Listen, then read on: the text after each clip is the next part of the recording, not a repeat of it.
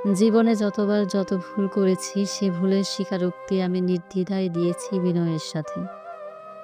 যখনই অনুধাবন করেছি ভুলটা আমারই ছিল, আমি অনুতপ্ত হয়েছি। আমি শুরু থেকে এরকম ছিলাম তা না, ধীরে ধীরে বদলেছি। আমি যখন দেখলাম নিজেকে সঠিক প্রমাণ করার চেয়ে ভুল মেনে নেওয়া সহজ, তখন থেকে আমি নিজেকে সঠিক দেখানোর প্রয়াস ছেড়ে দিয়েছি। আগে কখনো কেউ কোনো সিদ্ধান্ত জানালে তার সিদ্ধান্ত ভালো না লাগলে সেই সিদ্ধান্তে দ্বিমত পোষণ করতাম।